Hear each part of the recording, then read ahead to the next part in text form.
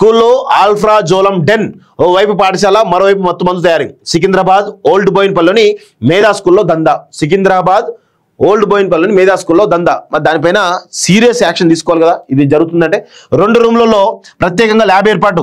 School owner సహా 3 arrest.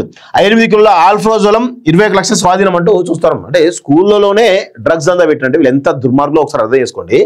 విద్యార్థులు చదువుకునే స్కూల్లోనే ఆల్ఫ్రాజోలం తయారీకి అడ్డగా మార్చారు. ఓవైపు క్లాసులు చెప్తూనే మరోవైపు కళ్ళులో కలిపే ఆల్ఫ్రాజోలం తయారు చేస్తున్నారు. స్కూల్ ముసుగులో జరుగుతున్నటువంటి దందా గుట్టును ఈగల్ ఫోర్స్ పోలీసులు శనివారం గుట్టురట్టు చేశారు.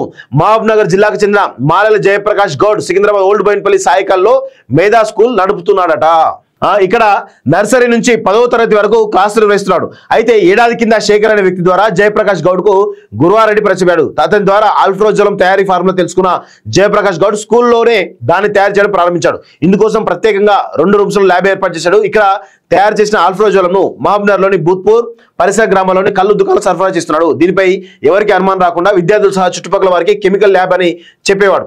ఈ దందాపై సమాచారం అందుకున్న ఈగల్ ఫోర్స్ శనివారం స్కూల్లో తనిఖీలు చేసింది. దాదాపు 30 లక్షల విలువైన 8 కిలోల ఆల్ఫ్రాజోలంతో పాటు 21 లక్షల నగదు స్వాధీనం చేసుకుంది. జయప్రకాష్ గౌడ్ సహా ఓల్డ్ బోయిన్పల్లికి చెందిన courier boy Murali Sai, private travels driver Uday సాయిని అరెస్ట్ చేసిందంటూ చూస్తా ఉన్నాం. సో స్కూల్లోనే ఈ విధంగా మత్తు పదార్థాలు తయారిస్తున్నట్టే ఎంత దారుణంగా ఉందో ఒకసారి ఆలోచించండి.